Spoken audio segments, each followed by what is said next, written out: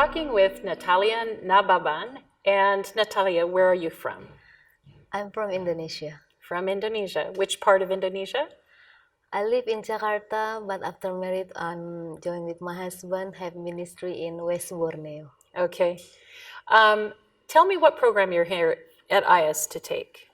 What are you taking? I took public health. Public health. Master in public health. Okay. And are you finished? Halfway. Okay. Very good. Now, when you spoke with me a little bit before we started this interview, you described your life as a life of unending miracles. Yes. So I'd like you to tell us a little bit about that. Sure. At first, actually, I did not come from Adventist family. My father is a Pentecost, but since his dream, the children can speak English, so he sent us in academy Adventist school. Oh, okay. That's why I know Adventist, and I become, finally I can finish my bachelor degree in nursing, and then I got married is also because of God's direction with a pastor. Then the journey is starting. Oh, great. So you came in through Adventist education. Yes. And then married a pastor. Yes. And you're a pastor's wife. Through God's leading. Yes. Now you had a very special ministry with your husband. Can you talk about that? Sure. 5 years before we came here, we've been running the floating clinic under Global Mission in Kapuas River, West Borneo, with my husband. He was in charge on that ministry. We're doing visiting and having some charity clinic at first, and finally we were doing regular treatment or clinic on the boat, visiting many villages along the Kapuas River while we are sharing the truth about Jesus. And with your nursing degree, working on the boat with the floating clinic, it was good for you to be there. Yes, absolutely. What kind of challenges would you say that the people have along that river in Borneo that you usually were dealing with? What were their health concerns? Actually, the health concern is mostly like just the common disease. But some have need like an emergency case like stitch or injury or wound. But the most challenge is our competitor is witch doctor. Oh. Yes. That's why they all, some of them still have no religion or animism. Yes. Some are Christian or Catholic, so we continue visiting and pray for them and telling and giving some treatment, and then they really respond, welcome us because the way we are caring them. Did you find that, you said your competitor was the witch doctor? Yes. Did you find that they usually went to the witch doctor first and then they would come to you? Or was it just the fact that they had to wait for your boat to come by? What was their level of confidence in the floating clinic? Yeah. Before we come there, usually they ask for witch doctor, and it's more expensive. But once they join us as a member, and sometimes they still come to witch doctor first. When they're not get recovered, they will find us. But some members finally come to our clinic.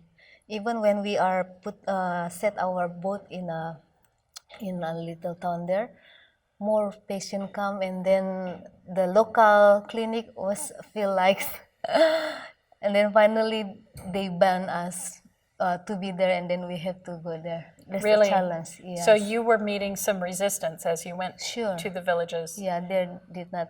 And the resistance was from the local witch doctor or a local clinic? The local clinic, The local clinic. government. Oh, I see. Because many patients come to us. I see. So they felt the competition from Right. you to the local clinics. Yeah. I see. And did you give the medical care for free as you went from village to village, or did they have to pay something? Yeah, at first we are doing charity, but eventually they paid for the medicine, but it's less than the. It was less, less cost less than the cost. government clinic. How did you integrate the faith with the services that you were providing? How did you use it as evangelism? It's really correlated. Yes? Yes, every day, every time, because in the city, we know the basic, we are assisting the doctor, but you come to the remote area, you have to do all things, all those things with all limited Supplies. and Yeah. it's really challenging your faith. That's why every day, every time, I always, please God, help me. So it was daily dependence on God. Yes. How many years did you do this? Around 3 to 5 years. 3 to 5 years? Yeah, but intensively 2 years on the boat. So full time for about 2 years. Yeah, after that, because I have children already, we set on the land, and then sometimes we keep on visiting the church member. I see. I see. Now, you mentioned the unending miracles. Can you tell us the story of one miracle? Yes, one day when we already close, like 7, someone come to our boat and then knocking. They call us doctor because our smart people. Yes. Doctor. Yes. Please help. My son is got seizure. This morning he got immunization. Now his got seizure is around 1 year or 2 years old, and then my youngest, the other paramedic. Oh, kakak is ate or sister. What should we do? Because our boat is no electricity, that's why we don't have refrigerator. The medicine for seizure should be kept in the refrigerator. We cannot say no, we cannot say no to this person. Right. That's why that time, in this short time and emergency, if I could describe, I just could pray. I just could pray and put my faith. I calm my friend. It's okay. Let's go. Just bring the paracetamol because we only have that. I don't know. Just move our heart. Just go. And then I go. It's around like 100 meters to the house. Okay, let's go, sir. And you said the only medicine you had was we just bringing on like aspirin? Paracetamol. Yeah, on like syrup. aspirin. Yeah, we only have that.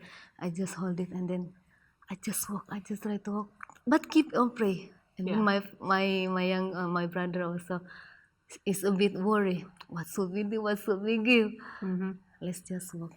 While I'm walking, I just keep praying on my heart. Please, Lord, we came here not to fail you. I just walk with faith. I really trust God. And then, once we reached their house, I saw coconut tree in front of their house. And then just like a blink, ask the father, got the coconut. A coconut? Yeah, and then I told the father, sir, please can you get the coconut tree? And then we come into the house. I saw the baby like this because very high fever. Yeah. And then I asked the parents, the family, to pray together. We make circle and keep on praying. Even the coconut water already set on the glass, and then let's pray again. Then I feed spoon by spoon. I keep on praying spoon by spoon. It's a miracle. The seizure is gone. You fed the person coconut water and prayed. Yeah, I keep on continuing praying. Even the most interesting is, well, I don't know nothing. Just keep going. Put your faith. God will show you. It's always beyond the thought. And the baby is okay. Baby's fine. The baby is fine. Wow. Praise the Lord. Wow, yes. If I tell it, I still. Yeah. I really appreciate your prayer of, dear God, we came here not to fail you. Right, that's why. That's the prayer of a sincere heart of a servant of Right. God. Yeah, yeah. So now you have come to AIIAS and you're doing your master's in public health. What do you think you will use that degree to do? Sure, because my basic is community nursing, and since I will not be permanently settled in the hospital, Yes. even if I'm done also my MSN, but I will follow my husband wherever. I thought it might be very useful. Yes. To the members. So as he goes and pastors in remote areas, you can provide the health services and the health education. Any Yeah. Even in urban, we can share the health promotion. Very good. That's my purpose. Now, it sounds like you were using your talents before you came to AIIAS. How has AIIAS helped you develop more leadership skills? Well, I come here. Yeah, honestly, the past 5 years was physically challenged because remote area. But when I came here, it's really psychological or mentally challenged. That God really wanted to see how deep is your faith, how deep is you want to put your trust to God.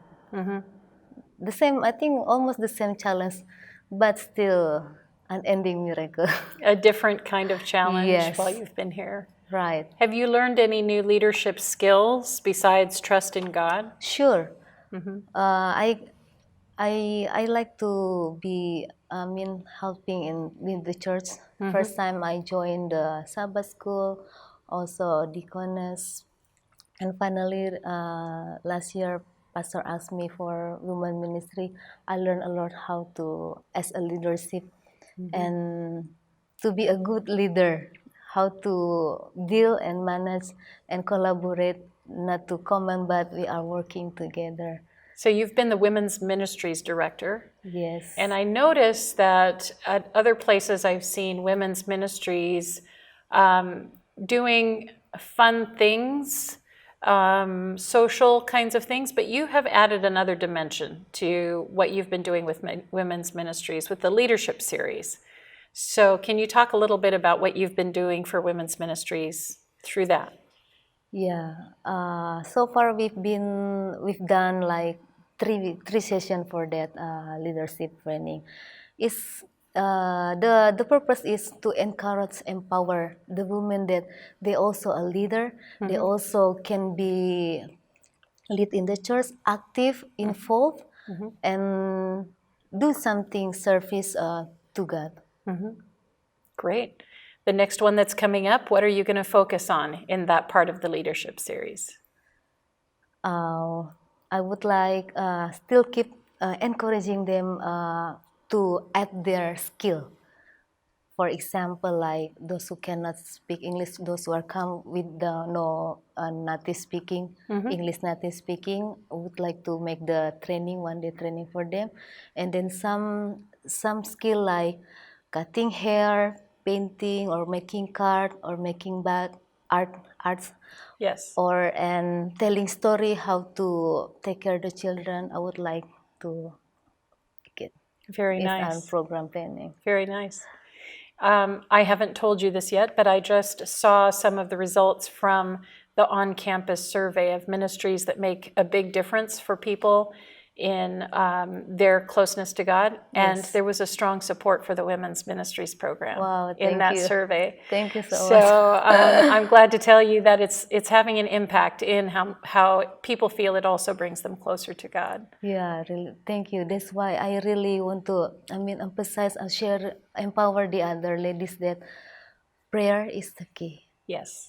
That's why I really love to make more prayer program with the ladies, even visiting the other ladies, even a pastor wife. They need also to be. That's right. That's Someone why I'm offering. You can go pray visit for me. them. You can visit me. Yeah. We don't know. We don't know what happened with their life, or yesterday, or this morning. We still need to keep pray for others. Yeah. Prayer support makes all the difference. Right. Yeah. Natalia, thank you so much for coming here and interviewing You're with us, and welcome. God bless you as you finish your program. Thank you.